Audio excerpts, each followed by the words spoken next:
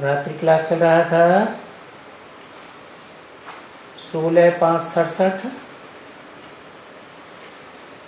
पहले पेज की मध्य में बात चल रही थी। मुरली की शुरुआत में बात थी, बच्चे बहुत हार खाते हैं माया से। माया से हार तो नहीं खाना चाहिए। ऐसे सर्वशक्तिवान उस्ताद मिले तो उस्ताद की श्रीमत पर चल, अपना वर्षा तो ले लेना चाहिए ना।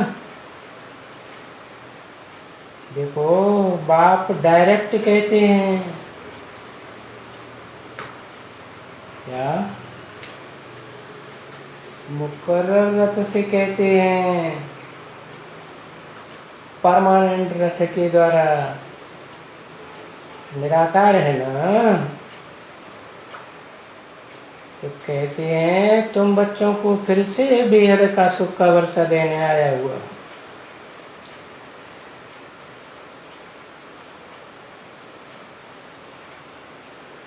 पहले भी दिया था। पहले कब दिया था? है नरक की दुनिया के बीच स्वर्ग का वर्षा दिया था।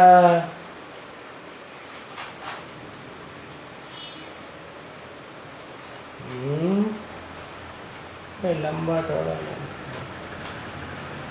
यज्ञ के आदि में क्या वर्षा दिया था?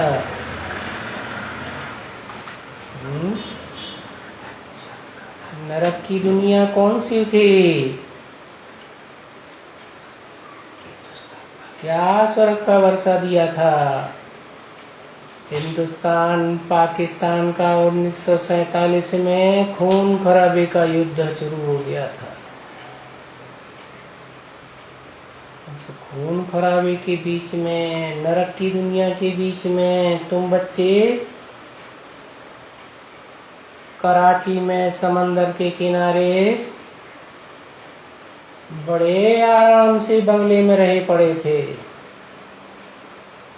मुसलमान लोग कहते थे ये तो खुदाई खिदमतगार हैं। तो देखो, पाकिस्तान में, हिंदुस्तान में खून की नदियां बह रही थी 1947 में, और तुम बच्चे आराम से रहे पड़े थे। अभी फिर बाप आया हुआ है, डायरेक्ट कहते हैं, ऐसे नहीं कोई टेम्पररी रथ के द्वारा कहते हैं। जिस तन में भी आता हूँ नाम क्या रखता हूँ? ब्रह्मा। परंतु ब्रह्मा के तो 5 मुख दिखाते, तो जरूर एक मुख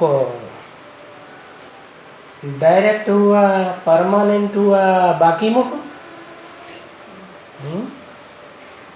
बाकी मुख तो परमानेंट तो नहीं हुए ना। कभी उन मुखों के द्वारा बोलेंगे, कभी नहीं बोलेंगे, तो इनडायरेक्ट भी हुए ना। और फिर बाप के रूप में नहीं तो नहीं कहेंगे। बाप तो एक होता है, या बाप भी अनेक हो सकते हैं, माताएं अनेक हो सकती हैं, लेकिन बाप तो एक ही होता है। एक परिवार का एक ही बाप। बच्चे अलग अलग प्रकार के हो सकते हैं। तो प्रजापिता ब्रह्मा है परमानेंट रथ, उसके द्वारा डायरेक्ट कहते हैं मैं तुम बच्चों को फिर से बेहद सुख का वर्षा देने आया। हद का वर्षा तो दुनिया में मिलता है, उसमें सुख भी है तो दुख भी है। हद के देहधारी धर्म पिता आते हैं तो हद का सुख का वर्षा देते। बाप तो ऐसे सुख का वर्षा देते हैं जिसमें तुमको कोई दुख नहीं होता है। होता है? नहीं होता है। वर्षा देने आया हुआ है, अभी दिया नहीं है। तुमको बाप की श्रीमत पर भी चलना है। क्या? कब तक चलना है? जब तक तुमको बेहद का वर्षा मिले। और टीचर की मत पर भी चलना है। क्या? तुम्हारा बाप, तुम्हारा टीचर और तुम्हारा सदगुरु एक ही है या अलग अलग है? एक ही परमानेंट रथ में बाप भी है, सुप्रीम टीचर भी है और सदगति करने वाला सदगुरु भी है। तो उस एक की मत पर चलना है। बाप के बने हो, बाप पढ़ाए रहे हैं, कहते हैं कि पढ़ाई पूरी होगी तो पिछाड़ी में तुम बच्चों को साथ ले जाऊंगा। क्या? कहाँ ले जाऊंगा? है? शांति धाम की स्टेज में ले जाऊंगा। कौन कहते हैं? है? बाप कहते हैं पिछाड़ी में साथ ले जाऊंगा। क्या? पिछाड़ी कब होगी? जब पढ़ाई पूरी होती है। तो फिर पढ़ाई पूरी होने के बाद जब षष्ठी का पूरा शूटिंग का काल पूरा होता है तो पिछाड़ी हो जाती है। साथ ले जाऊंगा, कहाँ ले जाऊंगा? बताओ जल्दी से एक शब्द में, कहाँ ले जाऊंगा? शांति धाम ले जाऊंगा। क्या? तुम्हारी आत्मा शांति धाम का अनुभव करेगी। ज्योति बिंदु आत्मा कहाँ अनुभव करेगी? मैं शांति धाम में बैठी हुई हूँ, अखंड ज्योति के बीच में बैठी हुई। तो बच्चे कहेंगे वहां क्यों ले जाएंगे इतनी दूर? बाप कहते हैं अरे तुम खुद ही परम धाम को इस सृष्टि पर उतार लेंगे। क्या? वो शांति की स्टेज तुम खुद ही नीचे ले आएंगे। ये कितनी सीधी बातें हैं, बच्चों को अच्छी तरह से समझने की हैं। तो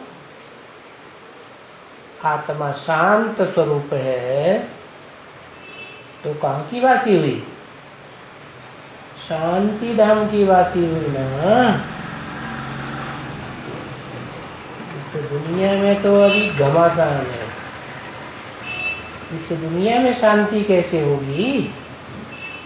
इस दुनिया की स्टेज से परे, इस दुनिया के मनन चिंतन मंथन से परे जब तुम आत्म की स्टेज में पहुंचते हो तो शांति धाम का अनुभव करते हो। बच्चों को अच्छी तरह से समझना है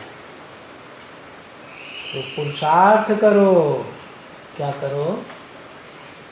पुरुष शरीर रूपी पुरी में शयन करने वाली जो आत्मा है वो ऐसे शरीर में रहे, ऐसे आराम से अनुभव करे जैसे कोई दुख का नाम निशान नहीं, अशांति का नाम निशान न रहे। तो कहेंगे पक्का पुरुषार्थी 100%। शरीर रूपी पुर में भी रहे और मुक्त भी हो जाए दुख दर्दों से। और फिर जीवन मुक्ति का भी अनुभव करे, जीवन भी रहे, जीवित रहे शरीर से, और सुख शांति में रहे, दुख अशांति महसूस न करे। तो ऐसा पुरुषार्थ करो कि पढ़ाई पूरी हो और बाप के साथ शांति धाम में चलो। माया की मत पर, यानी परमत पर। क्या माया कैसी है? आत्मा की मत देने वाली है, स्वधर्म की मत देने वाली है, या परधर्मों की मत देने वाली है? परधर्म कब से आते हैं? परधर्म आते ही हैं द्वैतवादी द्वापर युग से, जब दो दो धर्म पिता इस सृष्टि पर आना शुरू होते हैं। दो दो की इस दुनिया में मतें चलती हैं। तब वसुधैव कुटुंबकम थोड़े ही कहेंगे कि सारी वसुधा एक कुटुंब हो गई, तो द्वैतवाद हो गया। अलग अलग धर्म के परिवार स्थापन हो जाते हैं। तो परमत मत ना चलो, ये माया है, पराये धर्म पिताओं की मत देने वाली, पराये धर्मों की धारणाएं सिखाने वाली। क्या धारणा है? भौतिकवादी बनो, पंचभूतों को सत्य मानो। अरे पंचभूतों से बना हुआ शरीर ही विनाशी है, तो हम विनाशी को क्यों माने जब हमें अविनाशी बाप मिला हुआ है? वो अविनाशी बाप हमारी आत्मा का बाप है, स्व का बाप है, स्वधर्म में रहना सिखाता है। स्व माने ही आत्मा, आत्मा के धर्म में रहो। तुम आत्मा हो, आत्मा को पहचानो। आत्मा ज्योति बिंदु है, आत्मा मन बुद्धि, और मन बुद्धि में भरे हुए जो संस्कार हैं, स्वभाव हैं, उनसे भरपूर है। ये स्वभाव संस्कार हर आत्मा ने इस ब्रॉड ड्रामा की शूटिंग पीरियड में भरे हैं। जैसे जैसे भाव भरे हैं वैसा वैसा उसे पार्ट बजाना पड़ता है, और उन्हीं भाव स्वभाव संस्कारों के अनुसार मैं हर आत्मा के वर्ण का निश्चय कर देता हूँ, निश्चित कर देता हूँ। इसलिए गीता में लिखा है, चातुर्वर्ण्यम मया सृष्टम गुण कर्म स्वभाव से। मैंने 4 वर्णों की रचना की है। किस अनुसार? गुणों के अनुसार, कर्म के अनुसार, स्वभाव के अनुसार। क्या ऐसे नहीं किए है? तुमने जैसे स्वभाव धारण किए, मेरे आने पर भी, मेरे ज्ञान सुनाने पर भी तुमने जैसे स्वभाव संस्कार धारण किए, वैसा ही तुमको वर्ण में कन्वर्ट होना पड़ता है। ये स्वभाव तुम्हारी प्रकृति है। तो बताया स्वधर्म पर चलो। पर क्या है? पर है माया। माया सर्वशक्तिवान है, जैसे बाप सर्वशक्तिवान है। बाप है ना, एवर प्योर है, और बाप की बेटी भी कैसी होती है? बच्चे नंबरवार पवित्रता की शक्ति लेकर पैदा होते हैं।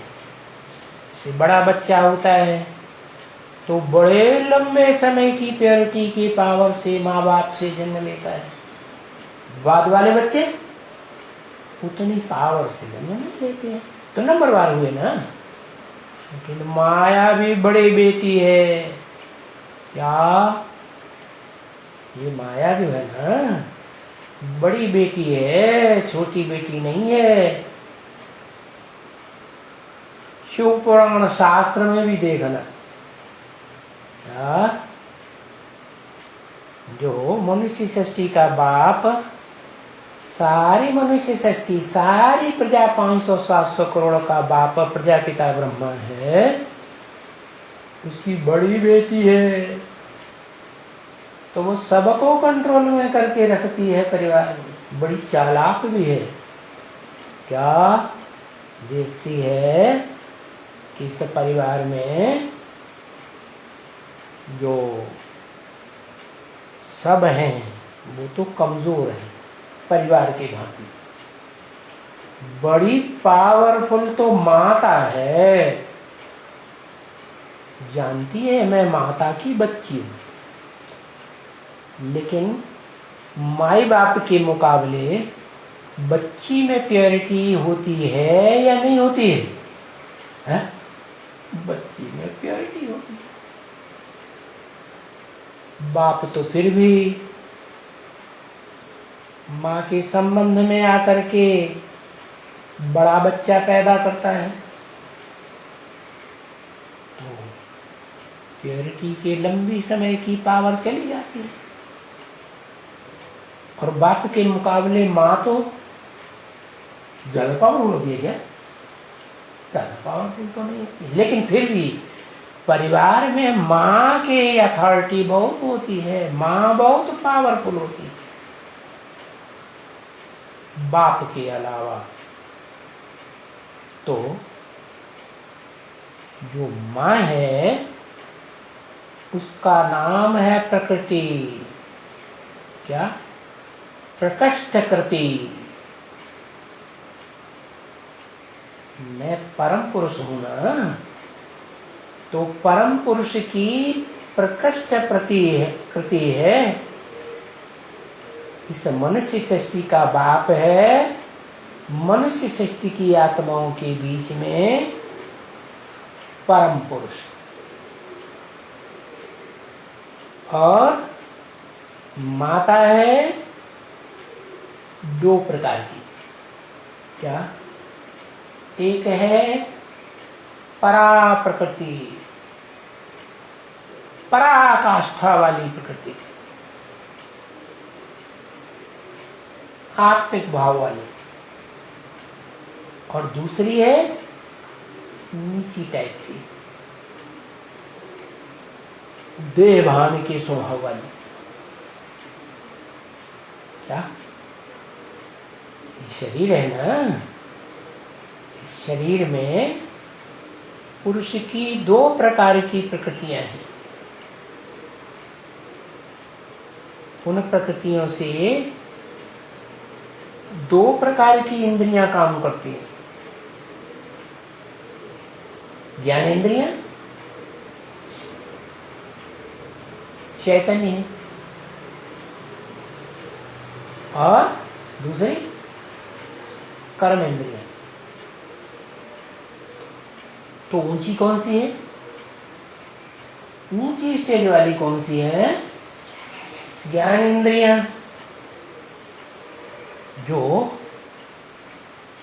ज्ञान को धारण करने की क्षमता रखती है। कौन से ज्ञान को? मनुष्यों के ज्ञान को तो धारण करती ही है, लेकिन ईश्वरीय ज्ञान जो ईश्वर सबसे ऊंचा है आत्माओं के बीच में, उस ज्ञान को पहले धारण करती है और पक्का पक्का धारण करती है। और जब धारण करती है तो धारण करने का प्रूफ क्या होता है कि ज्ञान धारण किया? कैसे पता चले किसी ने ज्ञान धारण किया है कि नहीं किया है? कैसे पता चले?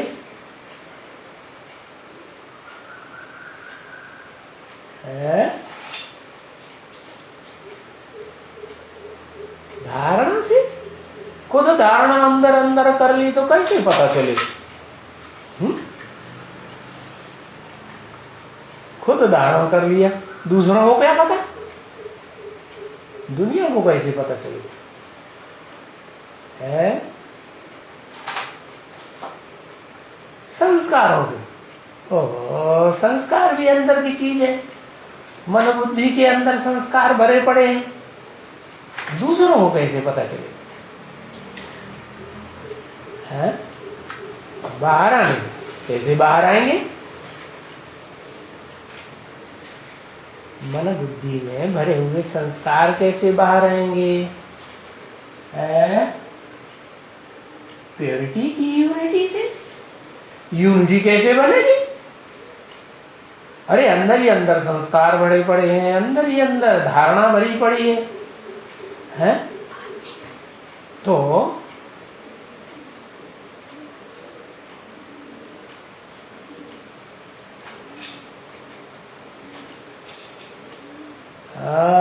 दूसरों को धारण करने से, दूसरों को उठा के हम अपने अंदर धारण कर लें। दूसरों को धारण कराने से, हाँ, दूसरों की सेवा करेंगे तब ही तो पता चलेगा क्या किसके अंदर ज्ञान है या नहीं है, ईश्वर का ज्ञान धारण किया है या नहीं किया है। तो वो परा प्रकृति जो है, श्रेष्ठ प्रकृति क्या करती है? वो आत्मा ऐसी आत्मा है, ऐसी रचना है परम पुरुष की कि वो जितना धारण कराती है दुनिया वालों को, क्या उतना और कोई धारण नहीं करा सकता। वो जितने अच्छे संस्कार धारण करती है उतने ही अच्छे संस्कार औरों को धारण भी कराने की क्षमता रखती है। क्या? तो वो संस्कार शक्ति है। कौन सी शक्ति? संस्कार धारण करने की शक्ति है। ब्रह्मा है स्थापनाकारी, शंकर है विनाशकारी, और विष्णु है प्रैक्टिकल धारण करने वाला। प्रैक्टिकल में संस्कार बनाने वाला, संस्कार परिवर्तन शक्ति है। क्या? ये संस्कारों का परिवर्तन, जब तक कोई अपने संस्कारों को परिवर्तन न करे तो दूसरों में संस्कार नहीं भर सकता। शंकर जी है विष पाई अमृत पाई तो नहीं कहा गया, और चलो ज्ञान अमृत पी भी लेते हैं। शिव बाप उनको पिलाते हैं अंदर ही अंदर, लेकिन बाहर तो नहीं पता चलता। बाहर से दुनिया क्या कहती है, विष पाई है या अमृत पाई है? हाँ, अमृत पाई है। अमृत पीता है, लेकिन दूसरों को तो अमृत पीने का अनुभव उनके द्वारा नहीं होता। किनके द्वारा होता है? वैष्णवी शक्ति, विष्णु पद, जो वैष्णवी शक्ति है, माता है, उसके द्वारा पता चलता है। ये धारणा शक्ति है। क्या? पवित्रता को भी धारण करने वाली है, लेकिन वो भी, उसका भी एक दूसरा रूप है। ये हुई परा प्रकृति, जिसे कहते हैं लक्ष्मी। क्या? महागौरी। उसमें काली माँ का नाम निशान नहीं, काले कर्मों का कोई नाम निशान नहीं। ऐसा कोई कर्म नहीं करेगी जो अपने पति से छुपा के रखना पड़े। करती है? कर ही नहीं सकती। वो परा प्रकृति है। और दूसरी है महाकाली, क्या कैसी महाकाली है तो परम पुरुष की ही रचना है। कही भी जाती है प्रकृति, लेकिन प्रकृष्ट करती तो है, लेकिन नीची टाइप की है। जो भ्रष्ट कर्मेंद्रियां है ना शरीर में, उन कर्मेंद्रियों को कंट्रोल करने वाली है। उन कर्मेंद्रियों की मुखिया है, उस परिवार की मुखिया है। क्या ये विराट शरीर रूपी पुरुष है ना, उसमें द्वैतवाद कहां से दिखाई देता है? मुंडी में तो है ही नहीं, मुंडी तो एक ही। धड़ शुरू हुआ, उसमें बाहें हैं, वो भी सर और धड़ दोनों से जुड़ी हुई है, अलग तो है ही नहीं। चाल भी अलग नहीं है, लेकिन कमर के नीचे से क्या होता है, दो तरफ द्वैतवाद शुरू हो जाता है। जहां से वो रजो प्रधानता शुरू होती है, वो रजो प्रधानता से कर्मों की शुरुआत होती है, कर्मों की दुनिया बन जाती है। सतयुग त्रेता है जहां कर्म करने की मनुष्यों को, देवात्माओं को कोई जरूरत नहीं होती। सारा कर्म प्रकृति करती है। क्या? प्रकृति दासी बनकर करती है। क्या कहा? कैसी? प्रकृति दासी बनकर सारा कर्म करती है। प्रकृति दासी बन जाती है देवताओं की।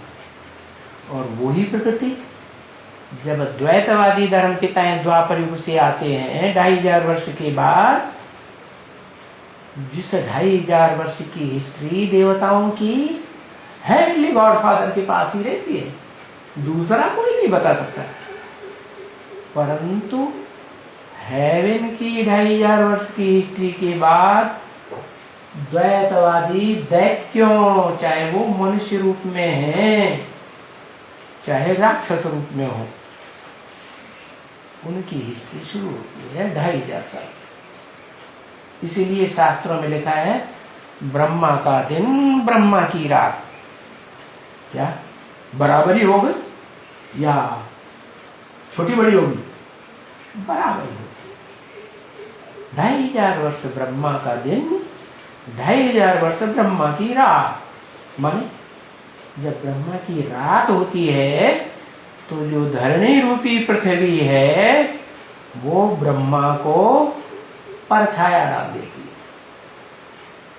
क्या स्थूल दुनिया में भी क्या होता है? चंद्र ग्रहण कब पड़ता है? जब सूर्य पृथ्वी के ऊपर चमकता है, और पृथ्वी गोल है, और गोल पृथ्वी का परछाया पूरे चंद्रमा पर पड़ता है, तो अमावस्या की रात हो जाती है। ऐसे ही है ना, उसको कहते हैं कृष्ण पक्ष है। ये जो सूर्य है उसको कहा जाता है दक्षिण। कृष्ण पक्ष माने दक्षिण में राक्षसों का वास माना जाता है। जो दुनिया का दक्षिणी हिस्सा है, जैसे दक्षिणी अमेरिका है, या भूमध्य सागर के नीचे का हिस्सा अफ्रीका है, या अरब देश है, मुसलमानी कंट्रीज हैं, और भारत तो दोनों तरफ रहता है। भारतवासी ऐसे हैं, जब भगवान की दुनिया चलती है, हेवनली गॉडफादर की दुनिया, तो हेवन में भी रहते हैं। फिर जब द्वैतवादी धर्म पिताओं की दुनिया आती है, दो बातें तो शुरू हो जाती है। वो द्वैतवाद फैलाते हैं। वो कहते हैं नहीं, आत्मा पात्मा कुछ नहीं, वो बाद की बात, रूह हम बाद में मानेंगे, पहले तो हम पंचभूतों की बनी हुई देह हैं, हम भौतिकवाद को मानेंगे, हम आत्मवात्मा को बाद में बात करेंगे। तो वो भौतिकवादी दुनिया शुरू हो जाती है 2500 वर्ष की। उस 2500 वर्ष की दुनिया में फिर प्रकृति का राज्य चलता है। परंतु प्रकृति भी तो माता है ना, नीचे किस्म की नंबर 2 की माता तो है, लेकिन जो इंद्रियां हैं, जो 5 तत्व हैं, वो जड़त्वमयी है। कैसे? उनमें बुद्धि नहीं है। तो जड़त्वमयी प्रकृति, जो जड़त्वमयी इंद्रियों की माता है, जड़त्वमयी धर्म पिताओं की माता है, जो भावना वाले नहीं है। आत्मा में भावना होती है या जड़ शरीर में भावना होती है? आत्मा में भावना होती है, जड़ शरीर में तो कोई भावना नहीं। तो ये देहधारी धर्म पिताएं जो हैं, जो आत्मिक स्थिति को पकड़ते ही नहीं है, मान ही नहीं पाते, सब कह देते हैं रूह रूह रूह। वो ये भी समझते हैं कि रूह जो है वो आदमियों में होती है, स्त्री हो चाहे पुरुष हो, उनमें रूह होती है। बाकी और जो प्राणी हैं, जीव जंतु, पशु पक्षी, कीड़े मकोड़े, उनमें रूह नहीं होती। इसलिए हम उनको काट पीट के खा सकते, ऐसी भावना रखते। तो देखो, वो जानते ही नहीं है कि रूहों की भी 2 कैटेगरीज हैं। एक देवात्माओं की कैटेगरी, एक मनुष्य आत्माओं की कैटेगरी। ऐसी रूह है जो भगवान आता है तो सुधर जाती है, दैत्य से, दानव से, राक्षसी स्वभाव संस्कार को छोड़ करके देवता बन जाती है। ऐसी श्रेष्ठ रूह है। और दूसरी वो है जो सुधरती ही नहीं, क्या भले स्वर्ग में भी चली जाती है, क्या? क्योंकि पहले भी स्वर्ग में थी पूर्व कल्प में, परंतु द्वैतवादी द्वापर युग से जब दूसरे धर्म पिताएं आते हैं तो उनमें जो कमजोरी रह जाती है ईश्वर को कम पहचानने की, ज्ञान कम रह जाता है। जो ईश्वर से ज्ञान मिलता है, उस ज्ञान की कमी के कारण वो कम कलाओं वाले देवता बनते हैं स्वर्ग में। क्या? जो कम कलाओं वाले देवता बनते हैं, कमजोर मनुष्य आत्माएं सुधरी हुई बनी, वो द्वैतवादी द्वापर युग से आते आते धर्म पिताओं के चुंगल में फंस जाते। धर्म पिताओं की आत्माएं तो ब्रह्मलोक से आती हैं, आत्मलोक से सुधरी हुई आत्माएं हैं। क्या? उनके स्वभाव भी अच्छे होते हैं, संस्कार भी अच्छे होते हैं।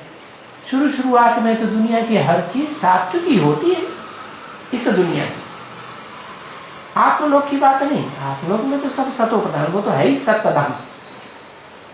क्या? लेकिन उस सत्य धाम को छोड़ करके जब इस सृष्टि पर आते हैं तो इस सृष्टि में प्रकृति का राज्य है। प्रकृति, प्रकृति 2 प्रकार की बताई ना। एक चैतन्य भावना वाली, चैतन्य ज्ञान इंद्रियों का कंट्रोल करने वाली। दूसरी जो है वो भ्रष्ट इंद्रियों की मुखिया है। भ्रष्ट इंद्रियों से जो कार्य करते हैं द्वैतवादी धर्म पिताएं और उनके फॉलोअर्स, उनको विशेष महत्व देती है। तो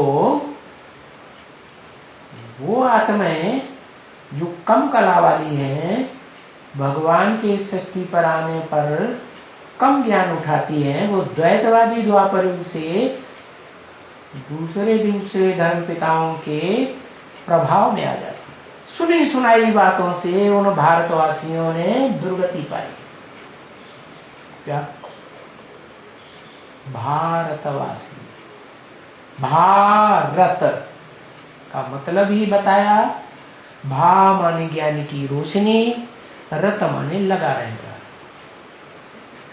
भगवान बाप सुप्रीम सोल भी जब इस सृष्टि पर आते हैं तब भी वो ज्ञान, ईश्वरीय ज्ञान में ही रत रहता है। क्या? दुनिया भी धंधे धोरी उसको रास ही नहीं आती। दुनिया भी धंधे धोरी में बुद्धि नहीं लगती। और ईश्वरीय ज्ञान का धंधा जो ब्राह्मणों का पक्का धंधा है, उस धंधे को ही 100% अपनाता है। इसीलिए वो 100% पक्का ब्राह्मण बनता है। उसको कहते हैं ब्राह्मण चोटी। कैसा ब्राह्मण? चोटी का ब्राह्मण। जैसे इस दुनिया में ऊंचे ऊंचे पहाड़ होते हैं, पहाड़ों की चोटियां होती हैं। ऐसे ही सबसे ऊंचा पहाड़ है हिमालय पहाड़ है। कैसा पहाड़? हिमालय पहाड़। वो तो जड़ है, उसका चैतन्य रूप शास्त्रों में दिखाया है। हिमवान, क्या? हिमालय राज, वहां का सबसे बड़ा राजा पर्वतों का। तो उन पर्वतों पर सबसे ऊंचा पर्वत है हिमालय पर्वत। उसकी ऊंची से ऊंची चोटी है एवरेस्ट। क्या? एवरेस्ट, पूर्वीय सभ्यता वाली। क्या? सूर्य कहां से निकलता है? कहां से निकलता है? पूर्व से निकलता है। कोई भी देश में चले जाओ, दुनिया के कोई भी देश में चले जाओ, सब कहेंगे सूर्य कौन सी दिशा से निकला? पूर्व से निकला। तो सबसे श्रेष्ठ दिशा कौन सी हुई? जहां से सूर्य उदय। वो तो जड़ सूर्य है। चैतन्य ज्ञान सूर्य भी है। जैसे चैतन्य ज्ञान सितारे हैं, 9 लाख गाए हुए हैं आसमान के सितारे, ऐसे ही धरती के चैतन्य सितारे हैं हम बच्चे। क्या? श्रेष्ठ ते श्रेष्ठ सितारे जो ज्ञान की चमक मारते हैं। क्या? कोई सितारे ऐसे होते हैं जो अपने ही चमक मारते हैं, टिम टिम टिम चमकते रहते हैं। दूसरे सितारे हैं वो टिमटिमाते नहीं है, वो अपनी चमक नहीं है, लेकिन दूसरों से प्रकाश लेकर चमकते हैं। तो टिम नहीं करते, चंद्रमा की तरह स्थिर जैसे दिखाई पड़ते। तो 2 प्रकार के सितारे, उनमें जो टिम करके चमकते रहते हैं वो बहुत थोड़े हैं या ज्यादा हैं? बताओ। दुनिया में उदाहरण जड़ सितारों का दिया जाता है, जड़ चीजों का। तो जो ज्यादा चमकने वाले सितारे हैं वो दुनिया में थोड़े हैं या ज्यादा हैं?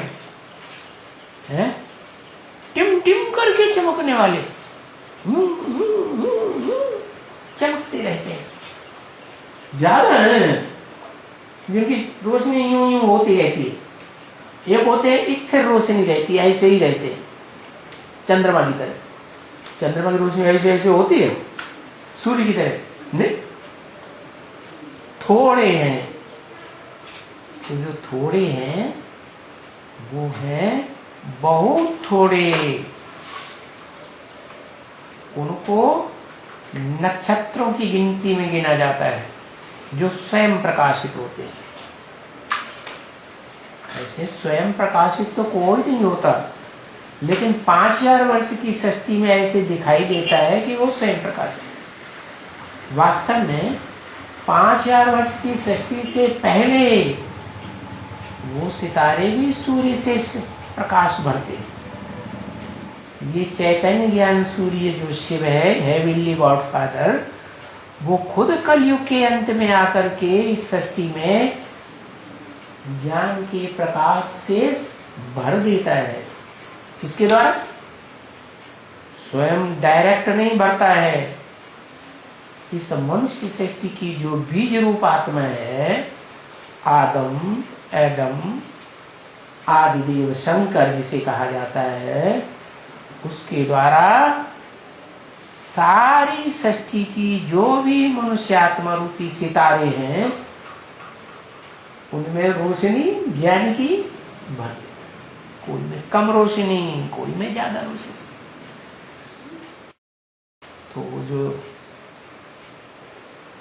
रोशनी ज्यादा भरने वाले सितारे हैं, उनकी संख्या बताई। क्या?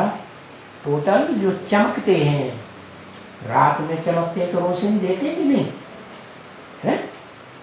चाहे टिमटिमा की जो रोशनी देते हैं, चाहे स्त्रियों रोशनी देते हैं, तो उन सितारों की संख्या भारतवर्ष में 9 लाख मानी जाती है। कोई ने गिने तो नहीं है जो बता देंगे 9 लाख। लेकिन ऋषियों मुनियों ने ये गणना की थी कि इस आसमान में दिन के सितारे, सूर्य की रोशनी वाले सितारे और रात में चंद्रमा की रोशनी में चमकने वाले सितारों की संख्या टोटल मिलाकर के कितनी? 9 लाख। तो वो 9 लाख सितारों में आधे ऐसे हैं जो सृष्टि का एक्यूरेट आरंभ जब होता है, heavenly God father supreme soul इस सृष्टि पर आकर के चला जाता है, तब जीवन धारण करते हैं पहले जन्म। जिनसे जीवन धारण करते हैं, जिनसे जन्म लेते हैं, गर्भ से ही जन्म लेते हैं शरीर से, तो उन माँ बाप की संख्या 4.5 लाख। और उनसे जो बच्चे पैदा होते हैं सतयुग की पहली पीढ़ी में, उनकी संख्या भी 4.5 लाख। मान लो सतयुग की आदि की पहली पीढ़ी की आयु एवरेज 150 वर्ष है, तो 150 वर्ष में बच्चों की पैदाइश की संख्या 4.5 लाख। कितनी है? 4.5 लाख। और उनको जन्म देने वाले जो माता पिता हैं, वो सतयुग एक्यूरेट आरंभ होने से पहले ही सृष्टि पर मौजूद होते हैं। भले इस सृष्टि का विनाश हो जाता है, लेकिन इतना योग बल धारण करते हैं कि उनके 5 तत्वों का जो शरीर है वो नष्ट नहीं होता। कुछ ऐसी सृष्टि में प्राकृतिक प्रक्रिया बनती है कि जब 7 दिन लगातार मूसलाधार बरसात होती है इस सृष्टि पर, और चंद्रमा जो उपग्रह है पृथ्वी का बच्चा, पृथ्वी से निकला हुआ, वो पृथ्वी पर प्रशांत महासागर के गड्ढे में आकर के मिक्स हो जाता है। तो प्रशांत महासागर का जल और सारी दुनिया का सागर का जल इस तरह ऊंचा उठेगा या नहीं उठेगा? सारी दुनिया का जल स्तर ऊंचा उठता है और सारी सृष्टि पर जलमयी हो जाती है। उसका एक कारण और कि पृथ्वी पर नॉर्थ पोल में और साउथ पोल में सूर्य की किरणें तिरछी पड़ती हैं, इसलिए वहां ठंडी बहुत है, बर्फ ही बर्फ। और बर्फ की इतनी ऊंचाइयां बढ़ जाती हैं, बर्फ के ऊंचे ऊंचे पहाड़ बन जाते हैं नॉर्थ पोल पर भी, पृथ्वी और साउथ पोल पर भी। जब महाविनाश में एटम बम फटते हैं, जिसे शास्त्रों में दिखाया गया, चतुर्थ विश्व युद्ध यादवों का, रूस और अमेरिका रूपी यादव बहुत शराब पीते हैं। क्या? कौन सी शराब? वो स्थूल शराब पीते हैं। लेकिन जो बेहद के क्या कहते हैं, यादव, विदेशी आत्माएं, विदेशी धर्मों की बीज आधारभूत आत्माएं जो संगम युग में होती हैं, ब्राह्मणों के रूप में, कम कलाओं वाली, संपन्न कलाओं वाली, वो कौन सी शराब पीती है? इंद्रियों के विविचार की शराब पीती है। तो वो विविचारी जो बड़े बड़े धनाढ्य होते हैं, दुनिया की तौर से देखें तो हद की धन संपत्ति के धनाढ्य, और बेहद की दृष्टि से देखें, ज्ञान की दृष्टि से, तो कौन से धनाढ्य? ज्ञान धन संपत्ति के धन। और ज्ञान तो एक से ही आता है, एक ही सत्य है। God is one, God is truth. तो वो आकर के जो सत्य ज्ञान देता है, उसके बड़े धनाढ्य होते हैं, ज्ञान उनमें भरपूर होता है, खूब ज्ञान स्नान करते हैं। क्या? ऐसे नहीं गंदे संदे रहते हैं। जैसे बाबा ने कहा, दुनिया के बड़े बड़े लोग होते हैं ना, रॉयल लोग होते हैं, तो कितनी बार स्नान करते हैं? 2 बार स्नान करते। तो ऐसे ही वो स्वच्छता तो खूब रखते हैं बाहरी, और बड़े धनाढ्य होते हैं, और बड़ी बड़ी ऊंची ऊंची अट्टालिकाओं वाले होते हैं। अट्टालिका जानते हैं क्या होता है? नहीं जानते। क्या होता है? ऊंची ऊंची बिल्डिंगें, क्या 100 माह से भी ऊंची बिल्डिंगें बना लेते हैं। बेचारे भारतवासी इतनी ऊंची बिल्डिंगें नहीं बना पा रहे, वो बड़ी ऊंची ऊंची विदेशी, उन विदेशियों में जो महाशक्तिशाली गाए जाते हैं दुनिया में, वो है कौन कौन? अमेरिका और रशिया।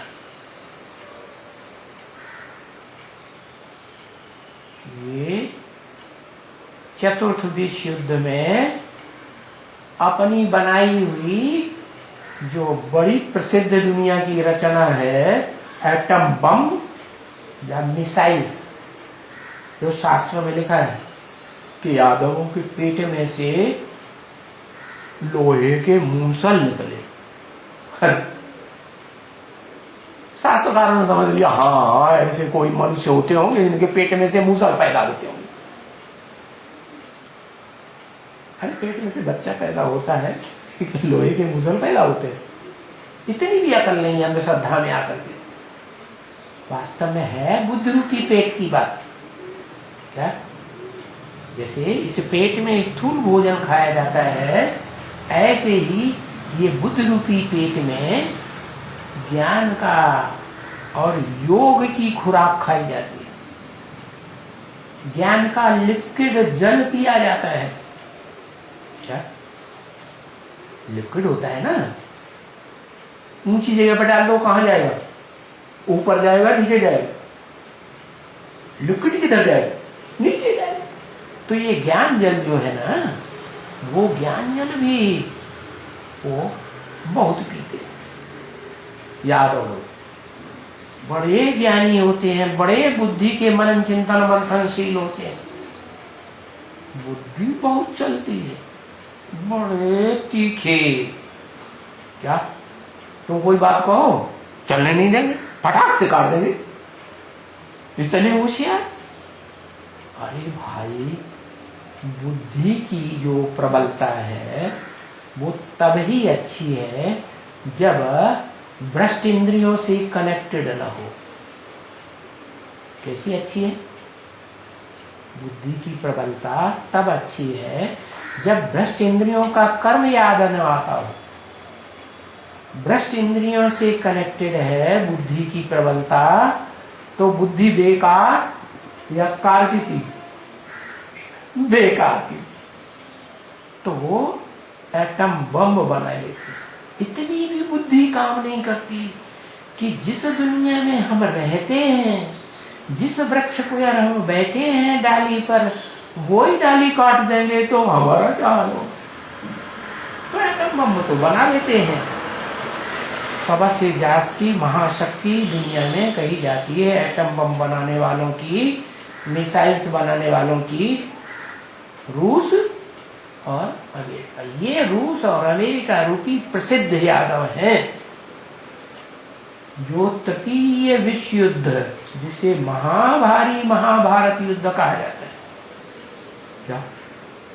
अमेरिका युद्ध नहीं, रसिया युद्ध नहीं कहा जाता, ऑस्ट्रेलिया युद्ध नहीं कहा जाता, अरब युद्ध नहीं कहा जाता। क्या कहा जाता है? महाभारी महाभारत गृह युद्ध है। ये भारत से कनेक्टेड है। जिस भारत में भगवान आता है, इसमें आता है। एक तो होता है जड़ भारत, जड़ जमीन है, उसको भारतवासी कहते हैं भारत माता। लेकिन उन भारतवासियों को आज पता ही नहीं है कि वो भारत माता कोई विधवा थोड़ी होगी जो माता तुम कहते हो। माता है तुम्हारी तो तुम भारतवासी हो। माता की गोद में खेलने वाले बच्चे हो, पेट में पलने वाले बच्चे हो, भारतवासी हो। कहाँ बसे हो? माता, भारत माता के पेट में बसे हो, गोद में बसे हो, सुख ले रहे। लेकिन पिता भी तो होगा कि नहीं होगा, है? नहीं समझते। बड़े बड़े मजमे लगाते हैं, बड़े बड़े मेले करते हैं, मुख से बोलते जय माता दी। क्या बोलेंगे? जय माता दी। अरे भैया, इतनी इतनी जय माता दी बोल रहे हो, तुम्हारा पिता कहाँ चला गया? उसका भी तो नाम एक बार ले लिया करो। उसको गायब कर दो। ऐसे है देवी की पुजारी। क्यों ऐसे देवी की पुजारी क्यों बन गए हैं?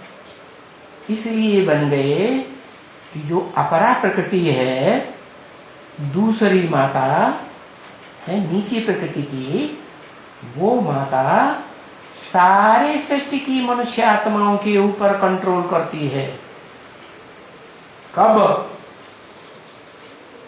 कलयुग के अंत, सत्युग त्रेता में नहीं।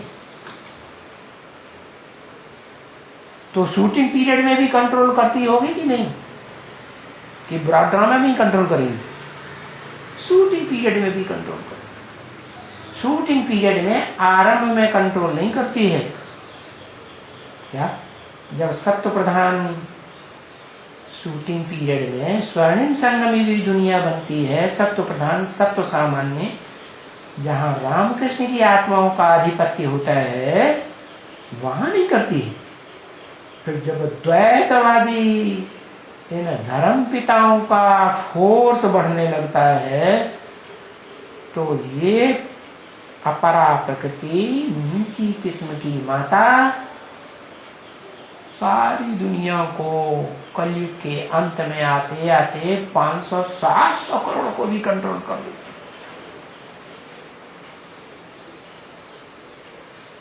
इसलिए सिख लोग आज भी गाते हैं, राज करेगा खालसा। वो खालिस प्रवृत्ति वाली है। क्या?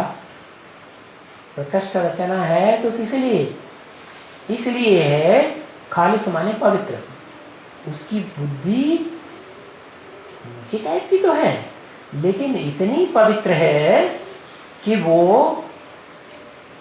भगवान हेवनली गॉड फादर शिव निराकार, जिस साकार तन आदम में आता है, अर्जुन में, गीता में दिखाते हैं ना, अर्जुन के रथ में आया, तो शरीर रूपी रथ में वो निराकार भगवान जिसमें आता है, उस रथ को याद करने में परफेक्ट। क्या? उस रथ को वो माता जितना याद कर लेती है, उतना दुनिया में कोई मनुष्य आत्मा उतना उस रथ को याद नहीं कर। कोई कहेगा है ऐसा क्या कारण? कारण है कि वो अपरा प्रकृति, जिसे महाकाली कहा जाता है तामसी रूप में, और सात्विक रूप जब उसका होता है तो उसे कहते हैं दुर्गा। क्या? दुर्गुणों को दूर करने वाली दुर्गा, जिसको ढेर की ढेर भुजाएं दिखाई जाती है। क्या? इस सृष्टि में जितने भी देहधारी माताएं हैं, क्या जितने भी देहधारी पुरुष हैं, वो सब उसकी भुजाएं बनते हैं। चाहे लेफ्ट साइड की भुजाएं बने, चाहे राइट साइड की भुजाएं बने, उसके सहयोगी सारी दुनिया बन जाती है। क्या?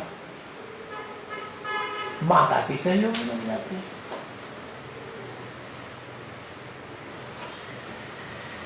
बाप अकेला रह जाता है। क्या? इसलिए सब बाप को भूले हुए हैं। कलयुग के अंत में सब बोलते हैं जय माता दी, जय माता दी, बड़े बड़े मेले लगाते। सबसे बड़ा मेला लगता है किसका? है? माता का मेला बहुत बड़ा लगता है, और बार बार लगते हैं। लेकिन जो विश्व पिता है, आदम, आदिदेव, आदिनाथ विश्वनाथ शंकर, उसमें भी तो एक बार शिव आता है ना, सुप्रीम सोल। तो वो आकर के उसको विश्व का मालिक बनाता है। क्या? लेकिन वंडरफुल बात यह है कि वो खुद विश्व का मालिक नहीं बनता। उसका नारा है स्वतंत्र रहो और स्वतंत्र रहना। कोई के ऊपर जोर जबरदस्ती से शासन नहीं करना है। जैसे दुर्योधन तो शासन आज के पुरुष लोग करते हैं, स्त्रियों के ऊपर जबरियन अधिकार करते हैं। करते हैं कि नहीं है? तो वो दुर्योधन तो शासन नहीं बनता। लेकिन आज की ऐसी झूठी दुनिया है कि वो परम पुरुष शिव आत्माओं के बीच में, और जिस मनुष्य पुरुषों के बीच, स्त्रियों मनुष्यों के बीच, मनुष्य आत्माओं के बीच में जब आता है, जिस मनुष्य तन में, तो आज की दुनिया उस मनुष्य तनधारी को भी दुर्योधन दुशासन साबित कर। क्या? जैसी दृष्टि वैसी समझते हैं कि जैसे हम दुर्योधन बनते हैं कन्याओं माताओं के प्रति, क्या ऐसे ये भी बनता हूं। दुर्योधन माने दुष्ट युद्ध करने वाला। कैसा दुष्ट युद्ध है? प्यार का युद्ध होता है या कर्मेंद्रियों से मार का युद्ध होता है? प्यार का युद्ध तो होता ही। प्यार का युद्ध दुख देता है? दुख थोड़ा ही देता है। जो कर्मेंद्रियों का मार का दुख है वो दुख देता है। कर्मेंद्रियों को चलाने वाली जो मुख्य इंद्रिय है मन, वो भी संकल्पों से दुख देता है। लेकिन परम पिता, आत्माओं का पिता, जिसमें प्रवेश करता है, वो दुख कैसे देगा? वो तो रथ में प्रवेश करता है, रथ को कंट्रोल करता है, रथ की इंद्रियों को कंट्रोल करता है, इंद्रियों को बुद्धि की लगाम देकर के कंट्रोल करता है। वो रथ कोई के ऊपर देह की इंद्रियों का बाहुबल कैसे चलाएगा?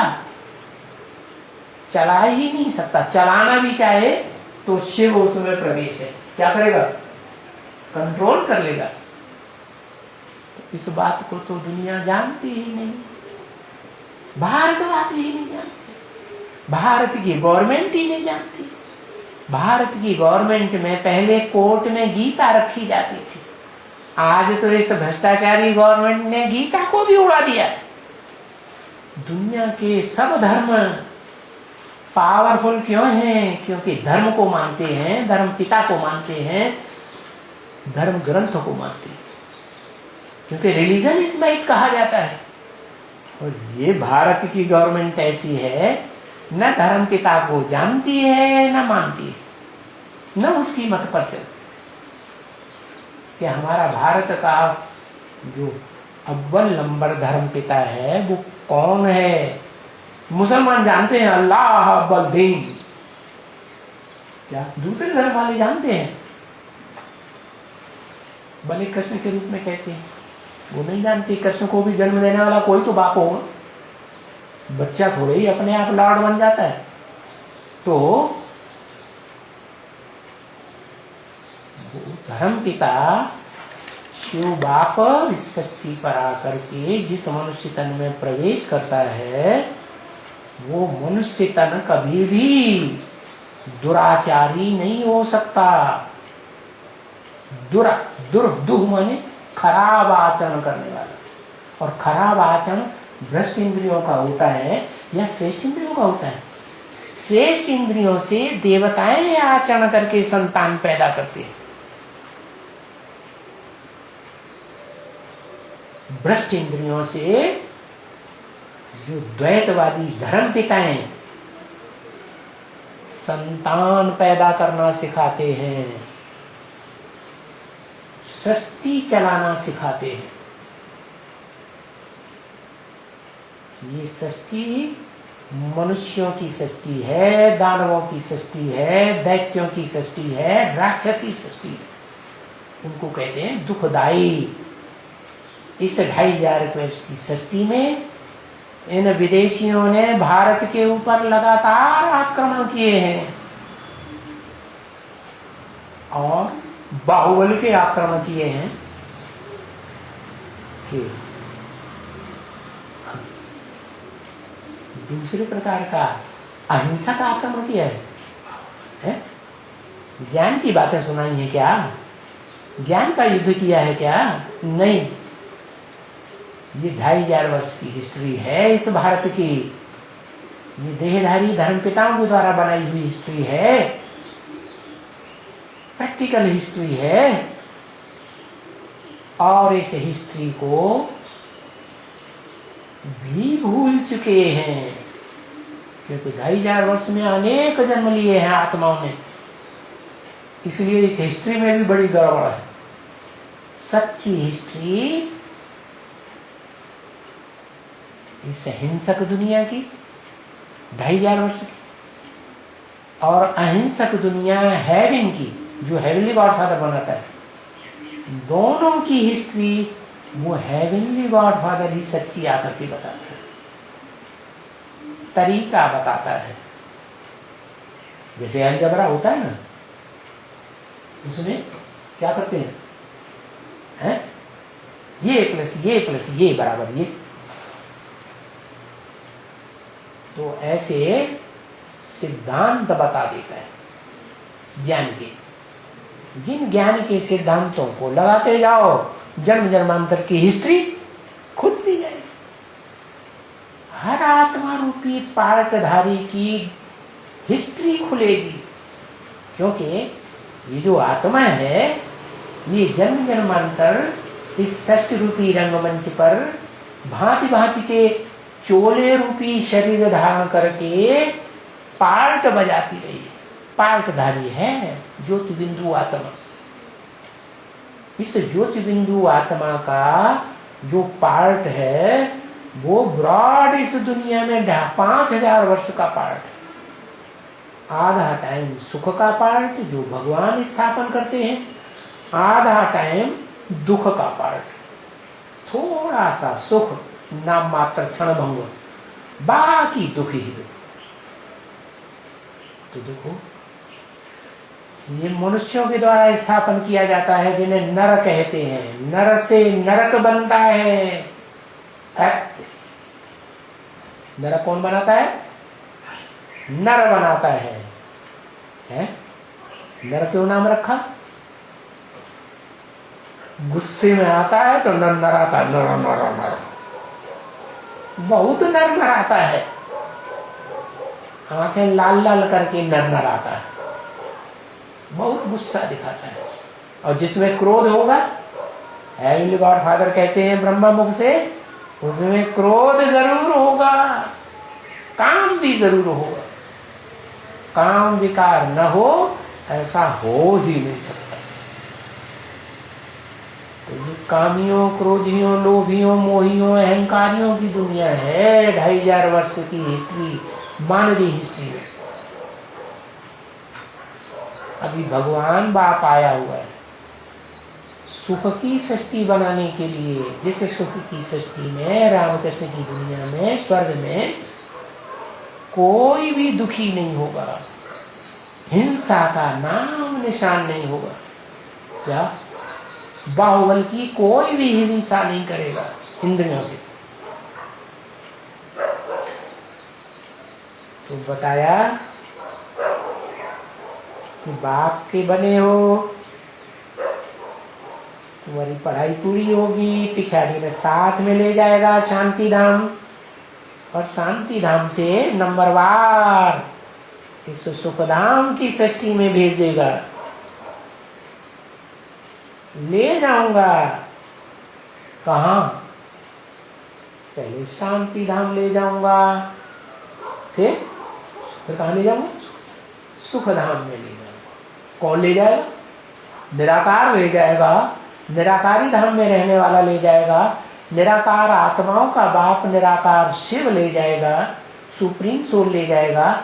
या सुप्रीम सोल जिस साकार में प्रवेश करता है, मुकर्रर रथ में, डायरेक्ट रथ में डायरेक्ट आकर के पढ़ाता है, बाप के रूप में जन्म देता है ज्ञान का, बाप के रूप में टीचर बनता है साकार मनुष्य तन के द्वारा, उसी साकार मनुष्य तन के द्वारा सदगुरु बनता है, सदगति देता है। सदगति शरीर से मिलेगी, बिना शरीर के, शरीर साकार से मिलेगी। तो वो तीनों ही रूप एक तन के द्वारा डायरेक्ट धारण करता है। इतनी सीधी सीधी बातें हैं जो बच्चों को बाप अच्छी तरह से समझाता। माया की मत पर है, यानी पर मत पर। स्व की मत है या माया की मत है? स्वधर्मे निधनम श्रेय, स्व के धर्म में मर जाना अच्छा है, गीता में लिखा है। पर धर्मो भयावह। ये पर धर्म क्या है? ये प्रकृति का धर्म है, जिस प्रकृति को माया बेटी कंट्रोल कर लेती है, अपनी मुट्ठी में दबा के रखती है, हाथ मिला लेती है, दिखावा करती है हाथ मिलाने का। जैसे अंग्रेज लोग क्या करते हैं, हाथ जोड़ते हैं कि हाथ मिलाते हैं? हाथ मिलाने का दिखावा करती है, लेकिन पूरा ही कंट्रोल में लेकर के चलती है माता को। कौन सी माता को? अपरा। और अपरा प्रकृति इतनी चालाक, इतनी चंडाल, शास्त्रों में इसका नाम दिया है दिति, या खंडित, फटी हुई, क्या? विविचार के आधार पर खंडित। ऐसी खंडित माता के राज्य में सारी दुनिया दुखी होती है। बाप आकर के परा प्रकृति के द्वारा परे ते परे रहने वाली जो सृष्टि है, स्वर्ग और शांति धाम, वहां का वासी बनाता है। तो बाप कहते हैं सब किसकी मत पर न चलो, है परमत मत पर न चलो। परमत है माया की मत है, और माया ने जिस पर माने प्रकृति को कंट्रोल कर रखा है उसकी भी मत। तो माया की मत माना प्रकृति की भी मत है, उस पर न चलो, क्योंकि परमत माना भूतों की मत। एक प्रकृति है ना, प्रकृष्ट कृति, क्या किसी कृति है? प्रकृष्ट कृति। सारी ताकत लगा दी। सारी ताकत माने सिर्फ आत्मा की ताकत लगाई है, या आत्मा ने शरीर में प्रवेश करके शरीर की भी एड़ी चोटी की पावर लगाई है? आत्मा की भी पावर लगी है, और शरीर की भी एड़ी से लेके चोटी तक की पावर लगी। जैसे दुनिया में पुरुष होते हैं ना, इस भ्रष्ट दुनिया में, नारकीय दुनिया में, तो संतान पैदा करते हैं तो पूरी ही ताकत लगाते हैं, पूरे शरीर की इंद्रियों की ताकत लगाते हैं, कि कुछ ढीला ढीला छोड़ देते हैं, कुछ नहीं छोड़ते, पूरी ही ताकत। तो ये एड़ी चोटी की पावर से जो ये माया बेटी पैदा हुई ना, ये बाप की बड़ी बेटी है। जैसे बाप सुप्रीम सोल बाप का बड़ा बच्चा है, मनुष्य सृष्टि का बाप, ऐसे ही ये माया है, ये जड़ बुद्धि वाली भ्रष्ट इंद्रियों को कंट्रोल करने वाली प्रकृति माता है, नीचे प्रकार की। तो बोला इन भूतों की मत पर न चलो। 5 भूत हैं, कौन से? प्रकृति के 5 भूत हैं, पृथ्वी जलवायु अग्नि आकाश। ये पृथ्वी में व्याप्त हैं। क्या? मिट्टी में, मिट्टी माने पृथ्वी, मिट्टी में हवा भी है, मिट्टी में आग भी है, मिट्टी में आकाश वैक्यूम भी है, जल भी है, नमी जरूर है। तो ये पृथ्वी माता, ये 5 तत्वों का संघात है। इस सृष्टि में जब आत्माएं आती हैं तो 5 तत्वों के संघात में आत्मलोक से आने वाली आत्माएं बंध जाती। तो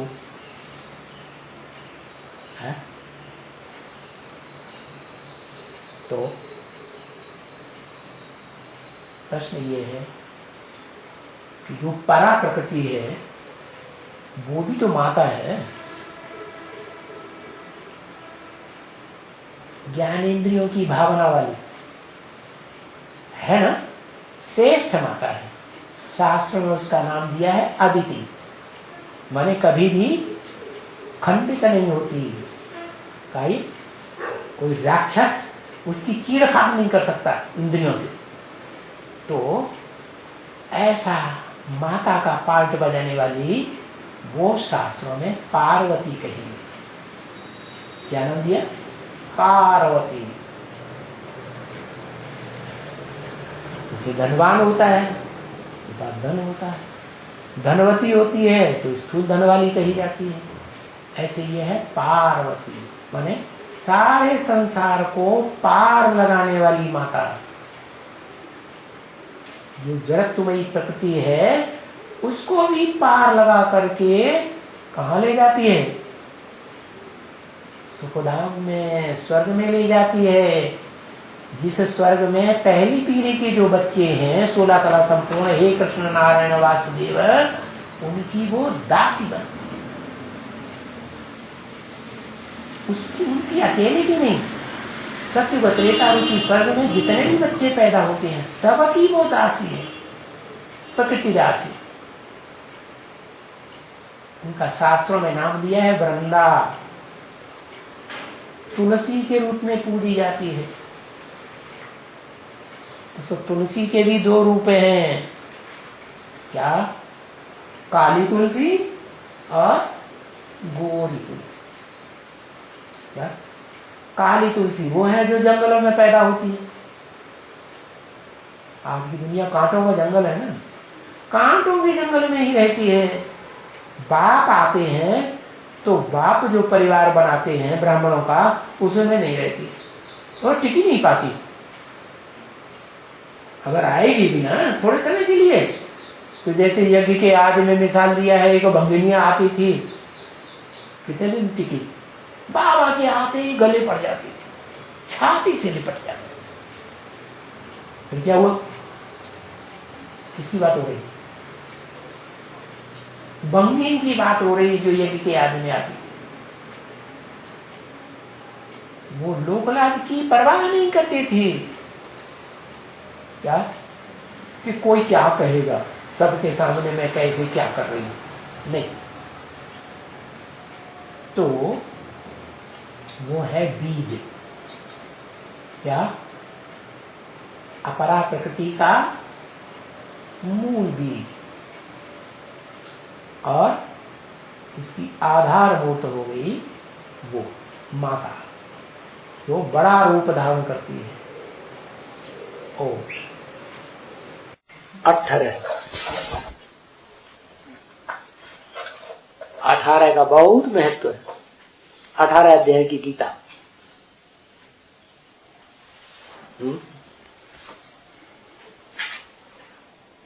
18 महारथी महाभारत, 18 पुराण,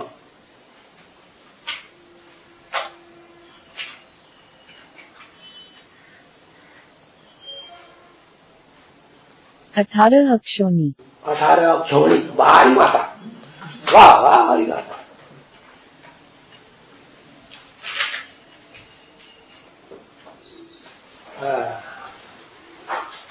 आज की वाणी सबको समझ में आएगी, शास्त्रकारों को तो जरूर समझ में आएगी। बुलाहट होगी उनके मन में, क्या करूं, मैदान में आऊं कि ना आऊं? आऊंगा तो भ्रष्टाचारियों का साथ देने वाला कहा जाऊंगा, है जैसे बवाली बाबा। भाई बवाली बाबा जैसा तो नहीं बनूंगा, ऐसे सोच में पड़ जाएंगे।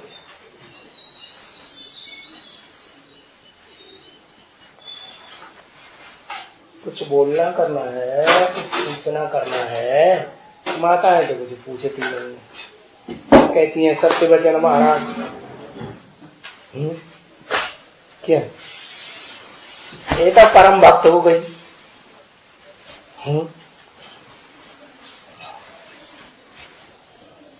अरे दरवाजे के बाहर तो मैं किसने निकाल के खड़ा कर दिया, अंदर आ जाओ। है? बाबा तो आत्मा देखते हैं। देखो, अरे बाहर ना हो गया, कुछ पूछना करना है। अरे सारी वाणी समझ में आ गई, इतना संपूर्ण बुद्धि बन गया। नहीं आई समझ में आया, हमको निद्राजीत बनना है। बहुत नींद आती है, कितनी कोशिश करने पर भी नींद आती है। नहीं, हारिए न हिम्मत, बिसारिए न राम।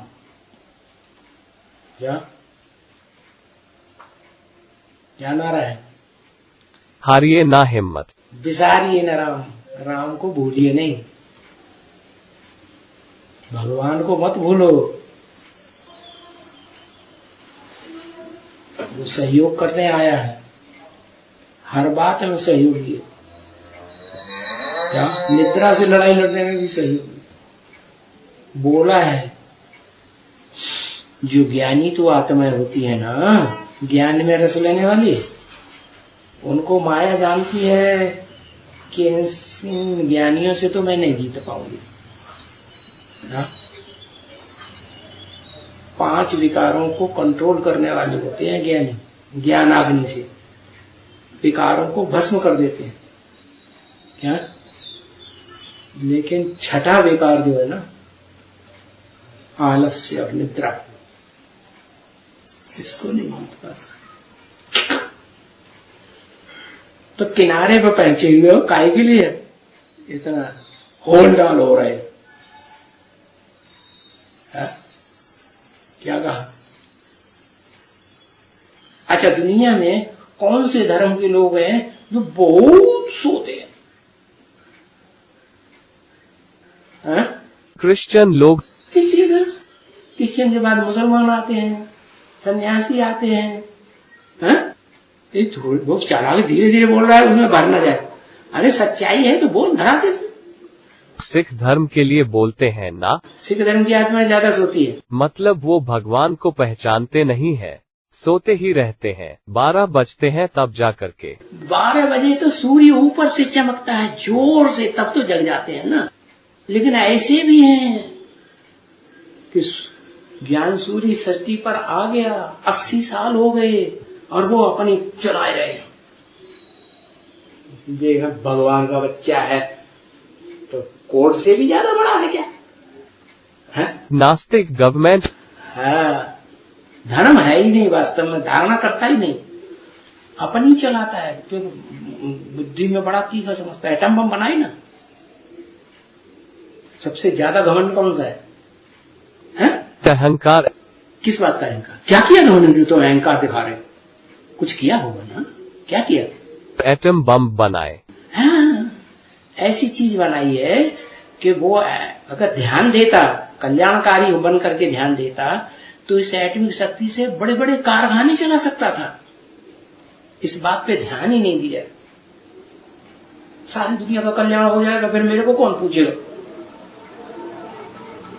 नहीं, मैं सारी दुनिया को भस्म कर दूंगा, दबदबा बनाए रखो। दबदबा बनाने में बड़ा होशियार भगवान आया हुआ है। वो ज्ञान नहीं, हमारे अहंकार के ज्ञान को धारण ही नहीं करता, देह के धंधों में ज्यादा लगा रहता है। अब भगवान कहते हैं मैं चतुर्वर्ण्यम रचनम चातुर्वर्ण्यम मया सृष्टम, मैं 4 वर्णों की रचना रच रहा हूं। कौन कौन से? एक ब्राह्मण जन, जिनका धंधा क्या है? ज्ञान लेना, ज्ञान लेना, ज्ञान देना, ज्ञान देना, ज्ञान युक्त कर्म करना, ईश्वरीय सेवा करना। ऐसा कर्म करना जिससे ईश्वरीय संसार में सेवा हो, कोई देहधारी से कोई लगाव नहीं। उससे संसार का कल्याण होगा, अपना कल्याण होगा। होगा ही, अपना भी होगा और विश्व का भी होगा। देह का कल्याण, देह का प्यार करने से, देह की आसक्ति करने से देहधारी बुद्धि में आता रहे याद, उससे अपना कल्याण होगा? है? नहीं होगा। तो ये भी जानते हैं कि हमारा कल्याण नहीं होता इससे, फिर भी ये प्रमाद ऐसा चढ़ा हुआ है, ये अलबेलापना ऐसा चढ़ा हुआ, उस बात पे गहराई से ध्यान नहीं देते, पकड़ते ही नहीं उस बात को कि ये बड़ा घातक चीज है। हालांकि वो तो दुनिया के बाहर के हैं वैज्ञानिक, जो क्रिश्चियन धर्म के नास्तिक हैं। क्रिश्चियन धर्म में 2 वर्ग है, एक आस्तिक और एक नास्तिक। एक नास्तिक, एक है क्राइस्ट को मानते हैं, बाइबल को मानते हैं, गिरजाघर को मानते हैं, एक है कुछ भी नहीं मानते। तो वो बहुत अहंकारी रशियंस, जिनकी औलाद ये चीन बने हुए हैं, चाइना वाले। तो क्या गड़बड़ी है? सूर्य निकल गया, सूर्य के प्रकाश से जब तीखा प्रकाश चमकता है, जो दुनिया में मध्य कलयुग में जो धर्म पिता आता है, उसके फॉलोअर्स भी जगने लगते हैं, सिख लोग भी जगने लगते। कौन जगते? बड़ी ताकत लगा रहा हूं कहता है, सारे कर्म मैंने कर लिए, सारी दवाइयां कर ली, मेरे बस की बात नहीं। अरे भाई होल्डान मत हो, तुम्हें किसका तुमको बच्चा किसने बनाया है? भगवान ने। ऊंच से ऊंच बाप ने अपना बच्चा बनाया है, तो स्वर्ग में ले जाएगा कि नहीं? मार पीट के भी ले जाएगा, चिंता न करो। लेकिन मार पीटाने के चक्कर में हम क्यों आए हैं? हम तो बच्चा बने हैं, तो हम उसकी बात को मानेंगे ना। क्या बात मानेंगे? कि हमें ब्राह्मण बनना है। क्या बनना है? ब्राह्मण सो देवता बनेंगे। क्या बनेंगे? ब्राह्मण सो देवता बनेंगे। सो देवता। कौन सी कुरी के ब्राह्मण? अव्वल कुरी की ब्राह्मण सो देवता बनेंगे। उस कुरी में पहुंचना है। उस कुरी में सब धर्मों के बीज होंगे। क्या? सबके बीज, सारे संसार के बीज होंगे। तो स्वर्णिम स्वर्ग में आएंगे, भगवान के बनेंगे स्वर्ग में। संगम युग में स्वर्णिम स्वर्ग में जाएंगे या नहीं जाएंगे? जाएंगे। जाएंगे, दृढ़ निश्चित है। ये नीत, ये कुंभकर्ण रावण का भाई है। इसका भाई है? रावण का भाई। इसका भी पार्ट है हमारे ऊपर सवार होने का। क्या है? और ये कुंभकर्ण जैसी आत्माएं दुनिया में हैं, या क्रिश्चियन धर्म की आत्माएं हैं, इस्लाम धर्म की आत्माएं हैं, क्षत्रिय धर्म की आत्माएं हैं, देवता धर्म की आत्माएं हैं, या जो सबके बीज हैं, संगम युग में ही विशेष पार्ट बजाने वाले विश्व के मालिक बनते हैं। क्या? विश्व पिता, विश्व का मालिक तो यथा राजा तथा प्रजा। सत्ता बच्चों के हाथ में होती है। सत्ताधारी ताजधारी बच्चे बनते हैं। जिम्मेवारी दुनिया की संभालने के ताजधारी या बाप ताज दिखाया जाता है? बच्चे। चिंता क्यों करते हो? ऐसी ऐसी होल्डान बात कह देते। हमने सब कर्म कर लिए, सारी दवाई कर ली, अब हमारे बस का रोग है, हम हताश हो गए। अभी नहीं कहना कभी। क्या क्या मंत्र दिया? अरे अभी मंत्र दिया है? मनमना भव। अरे मना, वो तो बहुत बड़ा मंत्र है, सबके लिए है ही है, तुम्हारे लिए भी है, सारी दुनिया के लिए। उसके बिना तो काम चलेगा ही नहीं। अभी तुमको अभी एक मंत्र दिया, हारिए ना हिम्मत। हारिए ना हिम्मत। देखा ना, ये पहले पकड़ लेता है। तुम तो हिम्मत जैसे हार ही गया, कुछ से किसी बात से कुछ नहीं होगा। ऐसे कहता है तो अशोक सुंदरी हूं, मैं तो कन्या हूं। ये तो कंडू है, ज्यादा पावरफुल होगा ही वो। ऐसे है? अशोक सुंदरी तो शरीर का नाम है, लेकिन अरे अशोक सुंदरी कोई कम थोड़ी है। काशी नगरी का नाम है अशोक सुंदरी। माँ बाप सबसे ज्यादा प्यार करते हैं बच्चियों को आज की दुनिया में। दुनिया वाले लड़कों को ज्यादा प्यार करते हैं आज की दुनिया में। शिव बाबा के बच्चियों को, कन्याओं को ज्यादा प्यार करते हैं। तो खुशी में नहीं रहता है, मुझे रोता रहता है, मुझे सुंदरी बना दिया, मुझे लड़की बना दिया, मुझे साड़ी पहननी पड़ेगी। कुछ नहीं है ऐसा।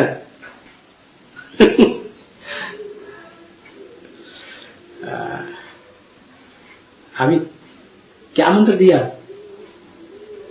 फिर भूल गया, एकदम भूल डाल हो गया। हा? हिम्मत नहीं हारना है। अरे मंत्र पूरा बताओ। हिम्मत नहीं हारना है, इतने से काम चले, वो मंत्र काम ही नहीं करेगा। हारिए ना हिम्मत।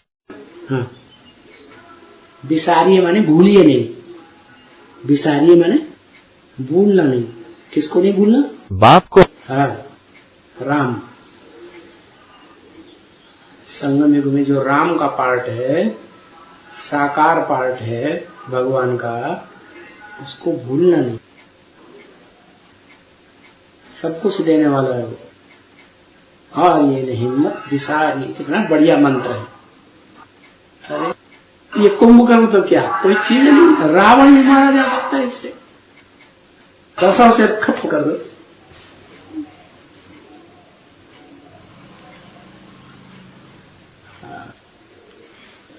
तो तुम इतने होल डाल के हो रहे कि अब नहीं जीत पाऊंगा, मैंने सब कर्म करके देख लिए,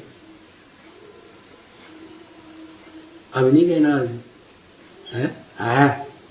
क्या मंत्र दिया, रिपीट करो फिर से। हारिए ना हिम्मत।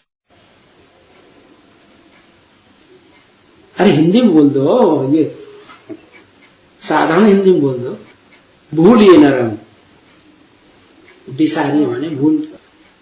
फिर से बोलो। हारिए ना हिम्मत विसारिए ना राम। विसारिए न राम, विसारिए न याद आए तो बोलिए सही। कौन सा देश? भारत देश। भारत जी दो प्रकार का हो गया, एक जड़ भारत जमीन और एक वो भारत जो ज्ञान की रोशनी से रोशनी फैलाता रहता है इस संसार में, हीरो पाठधारी के रूप में। वो भारत ज्ञान की रोशनी में ही रता रहता है, कर्मेंद्रियों से भी, ज्ञानेंद्रियों से भी, वाचा से भी, दृष्टि से भी, वृत्ति से भी। वो किसी के सामने सूर्यवंशी असल सूर्यवंशी झुकते नहीं है। मर जाएंगे, कट जाएंगे, लेकिन काम पूरा करके छोड़ेंगे। देयं वा पातयामे कार्यं वा साधयामि। ऐसी ही शूटिंग संगम युग में करते हैं। यज्ञ के आदमी भी बल शरीर छूट गया हो तो भी आत्मा में ये भाव भरा रहता है, संस्कार भरा रहता है। अगला जन्म लेकर के फिर युद्ध करेंगे, धर्म युद्ध, और जीत पाकर रहेंगे। विजय हमारा जन्म सिद्ध अधिकार है।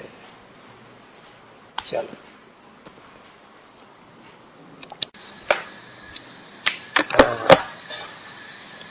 अभी बीज रूप आत्माओं का मेघनाद नहीं मरा है।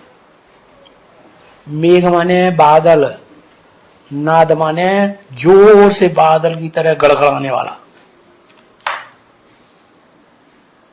वो आधार मूर्त आत्माओं का मेघनाद मरा है कौन?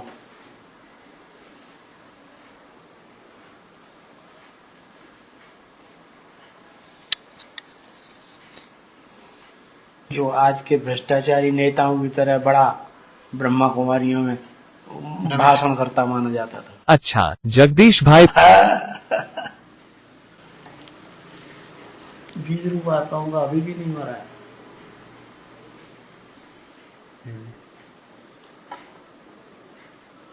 बीज रूप में कौन है बाबा? प्रत्यक्ष हो जाएगा, जैसे वहां प्रत्यक्ष हो गया यहाँ भी प्रत्यक्ष हो जाएगा। कुछ गुप्त नहीं रहेगा। बाबा ने कहा एक एक चेहरे प्रत्यक्ष हो रहे हैं अभी संगम में। चेहरे तैयार हो रहे हैं। कौन राक्षस बनने वाला है, कौन देवता बनना है, कौन दानव बनने वाला है, कौन देवता बनने वाला है। देवताओं के भी चेहरे प्रत्यक्ष हो रहे हैं, देवियों के भी हो रहे हैं, राक्षसों के भी हो रहे हैं, राक्षसियों के भी हो रहे हैं, सुपनखा पूतनों के भी। सब आत्मा रूपी पार्ट धारियों के पार्ट डिक्लेयर हो जाएंगे, फिर ये शरीर छोड़ेंगे